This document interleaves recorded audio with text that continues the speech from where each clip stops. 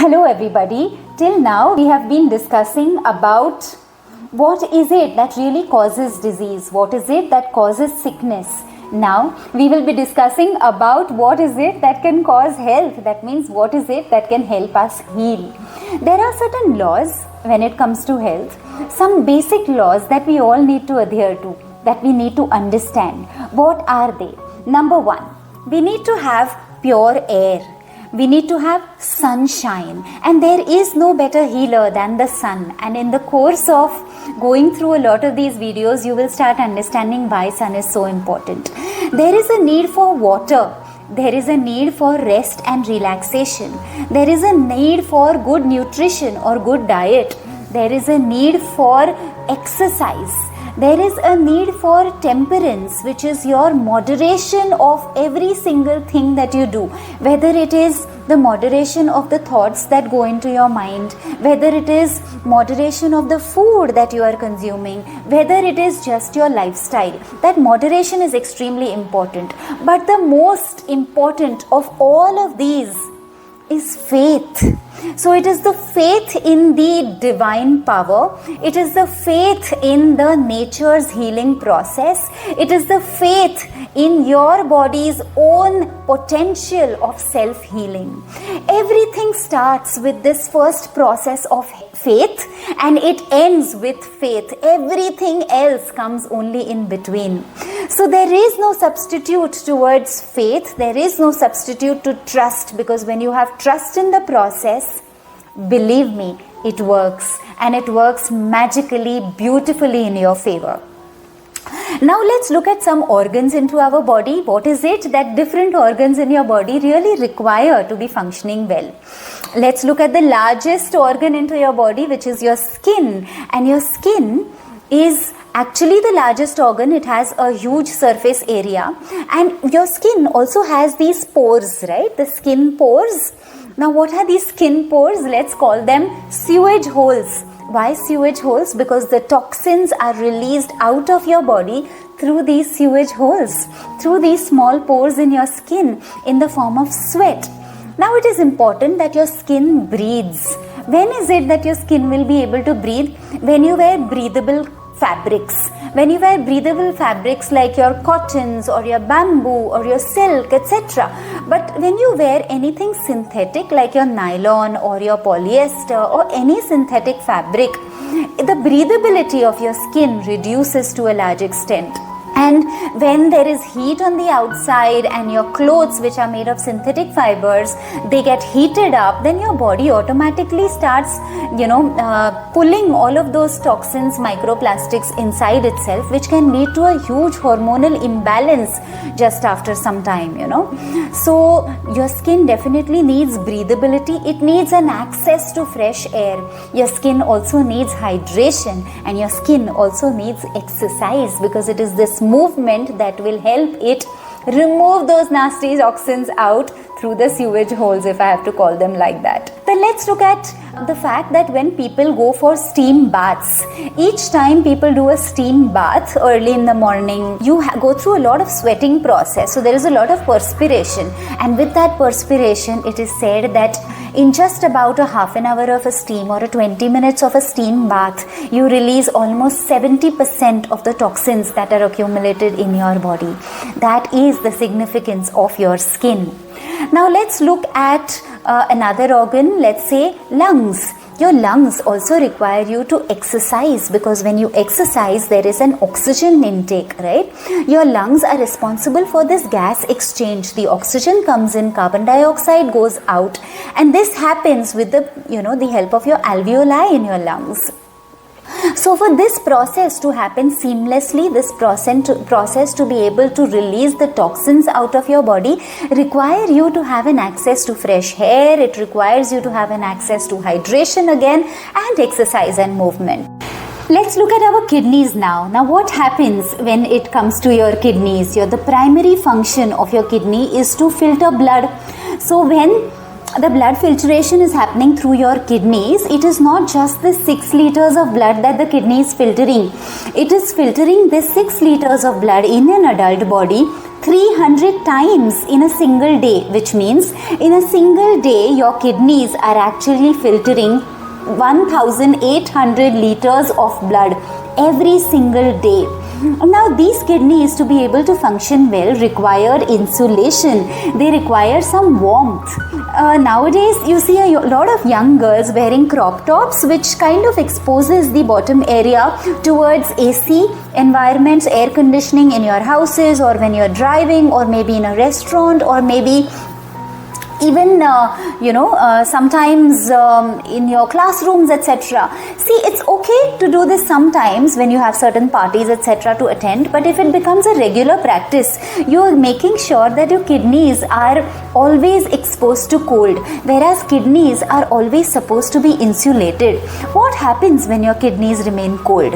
When your kidneys become cold, they are not able to filter the blood well. The blood is not able to reach well.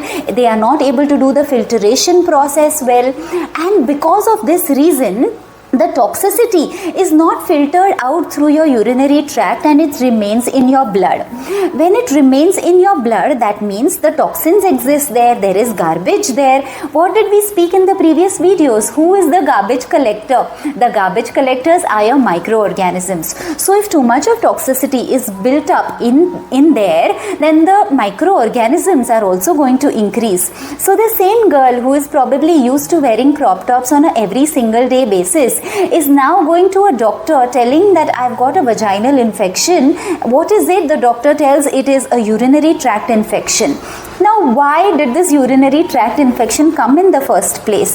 It is because of this excessive growth of the microorganisms. It is because of the excessive growth of bacteria. And why did the bacteria increase? Because there was toxicity in the blood. That blood was not getting filtered. And why was it not getting filtered? One of the reasons can be that we did not insulate them. We are kind of exposing them to cold, almost on a usual basis, which is not the most healthiest thing to do.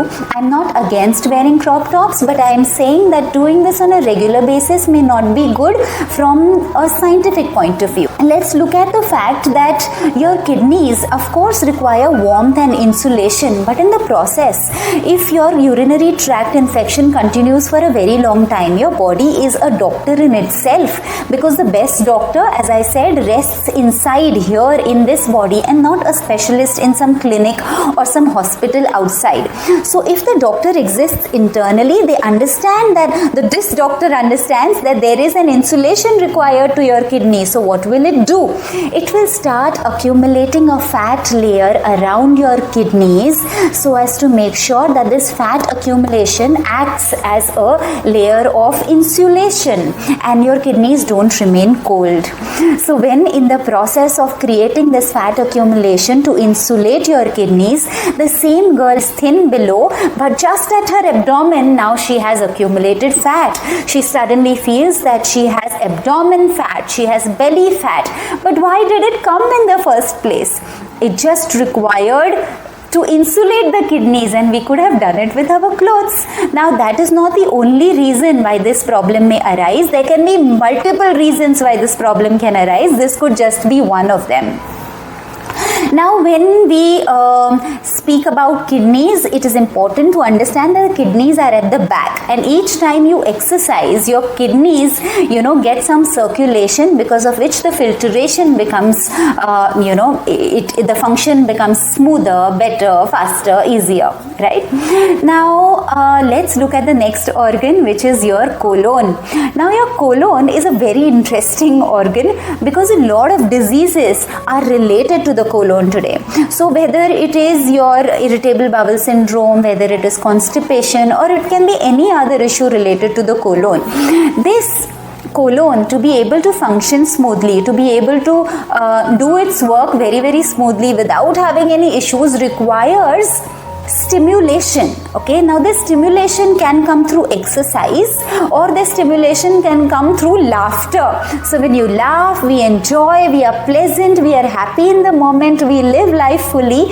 It keeps you with a good colon health.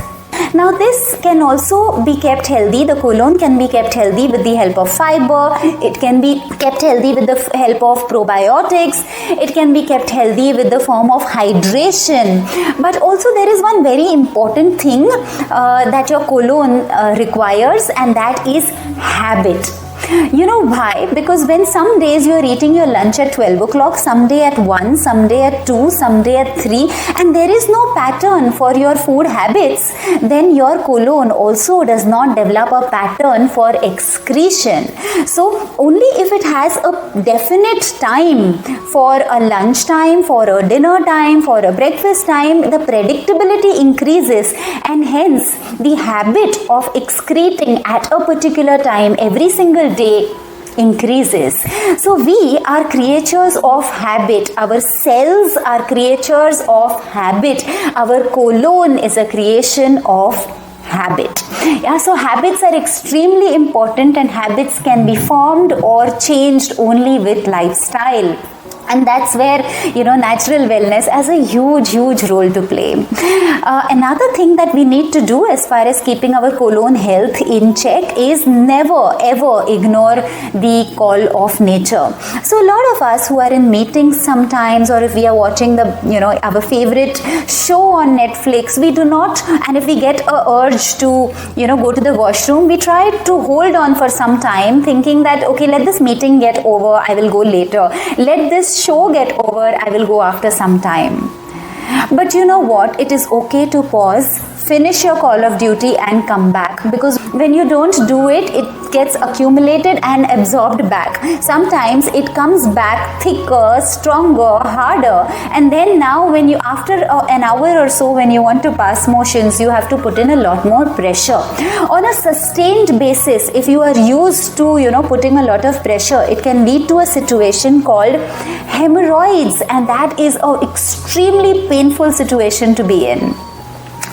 And usually when you go through, when you have hemorrhoids, they will also, of course in the treatment, they will also include painkillers, and it is known that painkillers further lead to constipation. So you are circling around into the same vicious cycle, all over again, and there is no solution coming out of it. And hence taking care of your colon and answering the call of duty at the time when you need to is extremely critical. Another thing that is very, when I spoke about habit formation, it is particularly seen for kids in school when they have to, when they get the urge to, go to the washroom. They ask the teacher, "Ma'am, can I go to the washroom?" And the teacher says, "Wait for 10 minutes, the class is about to get over. After the class gets over, you can go." Now, the same child is forming a habit of holding on, and this habit can be extremely dangerous if it becomes a pattern. Let's look at your tongue now. Your tongue is a mirror of all the organs of your body. Did you know that? So your tongue is a reflection or a mirror of all the other organs in your body. And when you cleanse your mouth, when you cleanse your tongue, you are actually also detoxifying many organs in the process of doing this. So it's a good habit to wake up every morning and take like a 1 spoonful of coconut oil, put it in your mouth and do oil pulling. You squish it, you mix it with saliva and keep squishing it for about 3 minutes, 5 minutes, gradually increasing it to 10 minutes. If you are able to do that, step by step, little by little, every single day, you will be rest assured that you are actually pulling out a lot of toxins from different parts of your body only through your tongue. Also, there can be many other oils that you could use. You could use a sesame oil, or you could use maybe a sunflower oil, etc. But the reason why coconut oil goes beautifully merged with the process of oil pulling is because when you put that coconut oil in your mouth, and this coconut, there is this lingual glands, and these lingual glands, when come into contact with coconut oil, create lingual lipase. This lingual lipase is also antibacterial, and hence it keeps your mouth in a good condition. What do you do after squishing for 3 minutes, 5 minutes, gradually increasing it to 10 minutes or even 15 minutes? You squish it, you mix it with your saliva, you keep squishing something like that. And then once you do that, you will realize that now you are not able to do it anymore and you want to spit it out. You will just take like a paper or a bag, and you vomit bag, and you will throw it into it, and now you will see that the color is now, of course, it is no more as thick as it was before because it has mixed with saliva, etc., and the color will be frothy white. That is giving out the toxins out of the different glands, out of your mouth, out of the different organs. And hence coconut oil pulling is an excellent method to be able to make it as a daily lifestyle practice. It is an excellent detoxifier. It is important that in the process of squishing it for such a long period of time, we do not ingest it, because when we are squishing it, we are also accumulating toxins, and these toxins don't have to be ingested, they have to be thrown out. After this process, you can simply brush your teeth and assume life as normal. So that's one thing that I definitely would urge each one of you to do. So these were some laws of health, and we will discover a lot more in the future courses. Till then, I will see you in the next course. Namaste.